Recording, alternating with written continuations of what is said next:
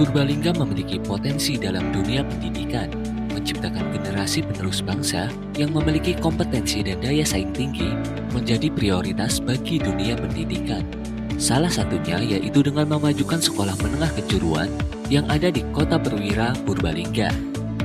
SMK Negeri 1 Purbalingga terletak di Desa Salebaya, Kecamatan Kalimanah, Kabupaten Purbalingga, merupakan sekolah kejuruan favorit yang berdiri di atas lahan seluas kurang lebih 8.500 meter persegi, didukung 101 tenaga pendidik dan kependidikan. SMK Negeri 1 Purbalingga siap mencetak 1.487 siswa menjadi generasi muda yang terampil, ahli, dan siap bekerja. Assalamualaikum warahmatullahi wabarakatuh. Waalaikumsalam warahmatullahi wabarakatuh. Oke, ini sudah jam siang, masih pada semangat? Mari. Ya, sebelum pembelajaran dimulai, alangkah baiknya kita berdoa dulu ya, agar pembelajaran pada hari ini lebih bermakna. Oke, coba salah satu untuk memimpin doa dulu pada hari ini. Silakan. Di tempat duduk siap gerak, berdoa mulai.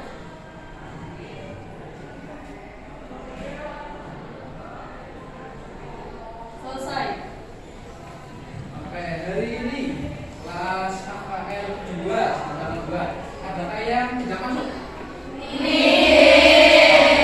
Luar biasa sekali ya. Yang kemarin di kelas lain ada yang satu anak, dua anak tidak masuk kelas, masuk sekolah dengan berbagai alasan. Ada yang sakit, ada yang mungkin pura-pura sakit, gitu ya.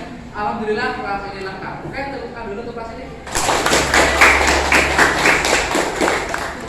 Ya, untuk hari ini ya akan masuk pada materi baru. Yang tentunya materi ini bisa dikatakan kalau menurut saya agak unik. Kenapa? Yang pertama susah ya. Susah kok unik sih? Karena nanti akan ada sesuatu yang akan kita ulas. Nanti akan saya libatkan siswa dalam proses pembelajarannya seperti itu. Oke, coba adakah yang masih ingat pada pertemuan yang sebelumnya kita membahas tentang apa? Coba. Oke, coba ingat-ingat ya. Kalau Pak Guru bertanya, coba acungkan tangan dulu ya, baru kemudian menyampaikan jawabannya. Tujuannya apa? Biar fokus pada satu suara. Nah itu, biar fokus ke satu suara. Jadi nanti tidak mamber-mamber suaranya ya, biar fokus ke suara dulu. Oke, ya. Pada minggu sebelumnya kita membahas materi tentang hak asasi manusia. Pada sudah sampai dengan soal ya. Kemudian pada kesempatan kali ini bisa dilihat di depan, kita masuk materi yang baru. Apa sih itu? Tentang sistem pemerintahan di Indonesia. Nah, kenapa unik? Yang pertama, kalau kita berbicara mengenai pemerintahan, tentunya biasanya berhubungan dengan ada menteri, kemudian ada presiden, ada mungkin partai politik, itu kan ya, ada banyak. Nah, usia kalian nanti akan mengikuti pemilihan umum pemilu nanti di tahun berapa? 2024. Iya, tepat sekali. Nah, agar pembelajaran ini lebih bermakna ya, agar pembelajaran ini bisa kalian istilahnya kayak nikmati. Nah, untuk materi ini perlu di perbesar lagi atau cukup segini aja? Perbesar. Oke ya. Pada kesempatan kali ini ada 3 materi yang akan saya sampaikan. Kemudian nanti ada 1 materi dalam bentuk keterampilan yang nanti siswa akan saya ajak ke sana, akan saya paksa ya, tanda kutip paksa. Kenapa? Karena kalau nggak saya paksa, biasanya yang namanya literasi, membaca itu akan sangat susah. Maka saya paksa dalam konteks yang baik seperti itu. Dalam konteks yang baik supaya siswa lebih mengetahui lah kayak gitu, lebih mengetahui, lebih mendalam lagi. Oke. Kompetensi dasar dan indikator pencapaian kompetensi pada pertemuan kali ini Ya, yang pertama, nanti kalian menganalisis sistem pemerintahan di Indonesia. Nah, kayak gitu. Kenapa sih kalau dianalisis? Karena negara kita menggunakan sistem pemerintahannya itu dulu dan sekarang itu berbeda. Maka ada hal yang perlu kalian ketahui, ada hal yang perlu kalian mungkin cari tahu informasi seperti apa kayak gitu. Mungkin nanti kita akan mengetahui bentuk-bentuk pemerintahannya, kemudian kita akan mengetahui mungkin ada nama-nama presidennya, nama-nama menteri, seperti itu ya. Oke, untuk poin pengetahuan yang pertama, diharapkan nanti kalian dapat menjelaskan pengertian sistem pemerintahan. Nah, di buku kan ada. Tapi kalau hanya di buku ada, kemudian saya tidak memaksa untuk membacanya, saya yakin tidak bakal dibuka. Maka dalam hari ini, kesempatan kali ini akan saya paksa nantinya. Saya paksa, tapi nantinya harapan saya kalian menjadi terbiasa, kayak gitu ya. Mungkin masih ingat ini kalau di pelajaran BK atau motivasi, dipaksa, apalagi terpaksa, terbiasa, bisa, luar biasa. Oke, seperti itu ya. Ada 5 tahapan. Dipaksa dulu, dipaksa, nanti terpaksa nggak apa-apa, nanti bisa, terbiasa, syukur nanti bisa, luar biasa. Nah, kayak gitu. Oke, kemudian nanti yang kedua, nah nanti kalian mengklasifikasikan perbedaan sistem pemerintahan. Nah, akan ada 2 yang kita bahas, ada 2. Ada presidensial, ada parlementer. Tuh, akan kita bahas aja. Cukup fokus dulu saja. Dan bisa saja nanti yang paling banyak itu kita akan membahas mengenai presidensial. Kenapa? Karena itu yang kalian bisa menganalisis sistem pemerintahan negara Republik Indonesia. Atau kalau yang di buku ya itu sudah ada sebenarnya, tinggal di rumah saja dicari-cari yang judulnya periodisasi sistem pemerintahan di Indonesia. Gitu ya. Dari sejak merdeka, kemudian tahun 50-an, tahun 60-an, kemudian sekarang kayak gitu. Nanti ada bentuk pemerintahannya, kemudian ada bentuk negaranya, seperti itu. Akan dibahas seperti itu. Kayak kemudian nanti untuk kompetensi keterampilan, nah ini ya, yang akan saya rubah pembelajarannya kayak gitu. Karena kalau di pembelajaran lain mungkin hanya full ceramah saja, tapi dalam pembelajaran kali ini siswa juga akan saya libatkan. Nah, kita lihat. Yang keempat, nanti kalian diharapkan dapat menyajikan hasil analisis tentang sistem pemerintahan di Indonesia dalam bentuk video pendek. Video pendek nanti. Nah ini, kenapa saya mengambil tema ini atau video pendek? Pertama, kebiasaan siswa atau peserta didik ketika diberi penjelasan oleh guru pada main HP, ya kan? Ya, kenapa nggak saya bawa? Kenapa nggak saya ajak kalian main HP tapi untuk yang kepentingan bermanfaat seperti itu? Nah, nanti kalian akan saya bantu menjadi beberapa kelompok. Kemudian saya minta untuk membuat video pendek, singkat saja, nggak usah terlalu panjang kali lebar, malah nanti ketemunya luas. Nah, ya kan? Ya, nanti kita buat lewat aplikasi. Coba kelas ini yang HP-nya ada TikTok-nya, coba ada berapa orang, ya kan? Oke, lumayan banyak. Kenapa nggak dimanfaatkan? Kegiatan ceramah, nah ini yang sudah saya lakukan ceramah. Walaupun tadi saya mengatakan debat, katanya siswa dilibatkan nanti, tapi ada pengantar dulu dari saya.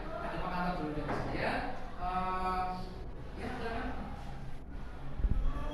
Ini sama. Nanti melalui kegiatan ceramah dan tanya jawab. Ya, nanti ada tanya jawab ya.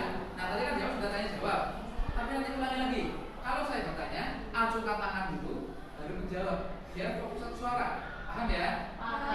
Nanti melalui kegiatan ceramah dan tanya jawab, nanti harapannya peserta didik dapat menjelaskan pengertian sistem pemerintahan. Sistem itu apa, pemerintahan itu apa, kemudian sistem pemerintahan itu apa. Seperti itu. Kemudian yang kedua, nah ini ada diskusinya. Oke, untuk diskusinya, nah nanti biar mudah, biar cepat juga dalam pelaksanaannya, nanti cukup pembagiannya sementara waktu yang pertama dari saya dulu ya.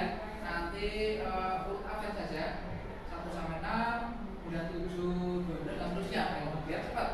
Gitu. Oke, melalui kegiatan diskusi, nanti harapannya peserta didik atau kalian dapat mengklasifikasikan sistem pemerintahan presidensial dan parlementer. Nah, begitu. Secara umum dulu nanti. Kemudian yang ketiga masih di diskusi. Nanti kalian dapat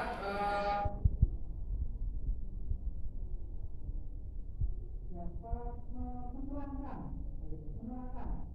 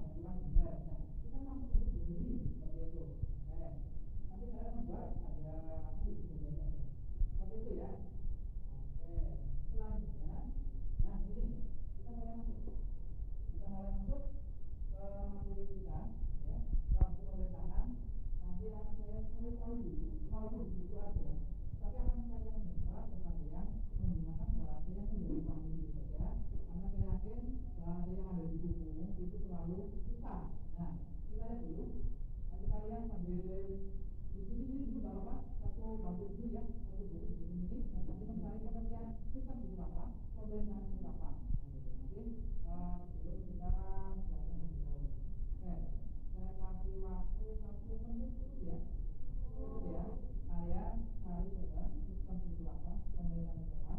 Kemudian nanti saya misalkan nanti ada ilustrasi dan kalian tambah mungkin dan kalian tambah paham seperti itu.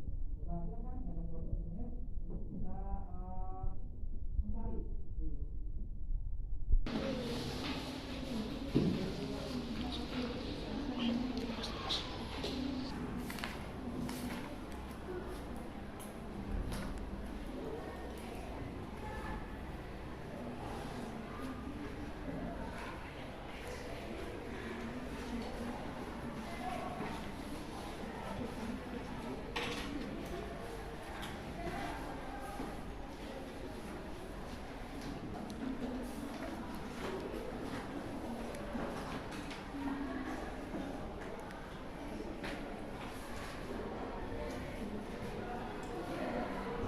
Ada roda betul, ada rantainya, ada spion, ada joknya, ada mesinnya betul, penting ya. Iya. Lampu, oke. Knalpot betul, standar, oke, cukup ya. Kalian ternyata paham, oke, tepuk tangan dulu. Ya, dari hal simpel, nanti akan kita lari ke hal yang besar. Kenapa? Sepeda motor ini terdiri dari roda, kemudian ada lampu, jok, busi dan lainnya, ada oli juga, ada bensin juga, gitu ya. Artinya masing-masing bagian punya fungsi masing-masing kan ya. Roda fungsinya untuk apa, untuk jalan, gitu kan. Mesin fungsinya untuk apa, bensin untuk apa fungsinya, busi untuk apa. Dari suatu sistem menjadi induk sistem dari rangkaian dan sedemikian seterusnya hingga bagian yang terkecil. Oke, kumpulan kan ya, kumpulan bagian yang mereka memiliki fungsi masing-masing. Apabila disatukan maka akan membentuk fungsi yang lainnya. Nah, seperti itu sistem. Oke, kemudian gambar kedua. Nah, gambar apa ini? Gambar apa coba? Kira-kira coba dilihat dulu, disimak dulu, ya. Silakan. Pejabat. Oh iya. Apakah kamu pakai dasi? Seperti ini. Iya. Yang lainnya? Ya. Menteri. Oke, betul. Oke, sebelum menjawab coba kalau mungkin dulu ya pas pelajaran SMP ya, kalau kita membahas mengenai pemerintahan biasanya kita juga membahas mengenai apa itu yang dinamakan dengan ajaran dari siapa ya, tokoh siapa ya, saya lupa yang namanya, yang dia mengajarkan tentang trias politika.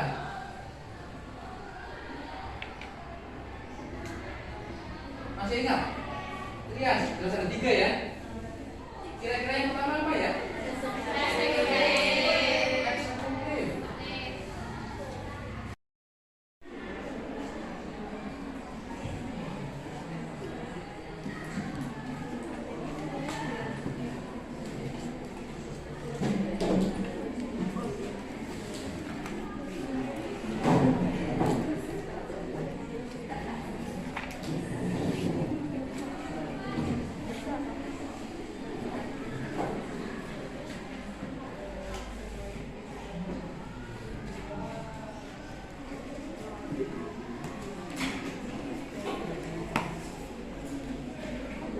Dari teman kalian yang sudah jadi ya, nanti silakan untuk kelompok yang sudah jadi bisa masuk ke depan untuk apa ya, misalnya yang mempresentasikan atau menampilkan kayak gitu. Nanti cukup opening saja ya. Perwakilan kami dari perkenalkan kami perwakilan dari kelompok berapa gitu ya, akan menampilkan materinya apa. Gitu. Nanti saya putarkan, seperti itu.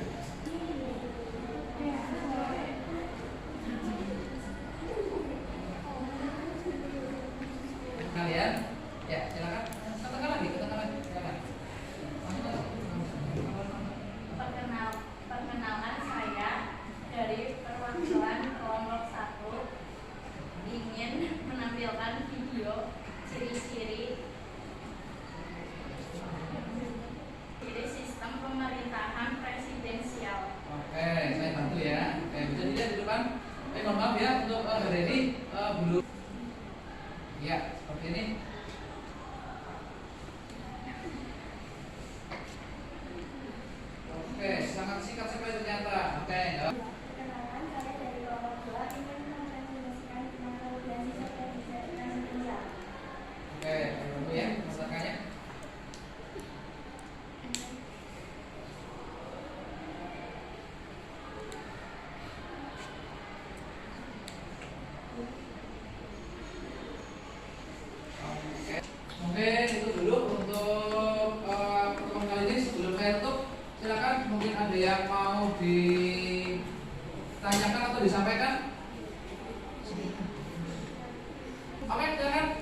Jadi kelebihan sistem presidensial yaitu yang pertama kedudukan badan eksekutif lebih stabil karena tidak bergantung pada parlemen. Yang kedua masa jabatan badan eksekutif lebih jelas karena adanya jangka waktu tertentu. Yang ketiga penyusunan program tersebut menyesuaikan dengan Untuk hari ini kurang lebihnya mohon maaf. Coba sebelum saya tutup, ada satu orang untuk memimpin doa dulu, silakan. Berdoa mulai. Salam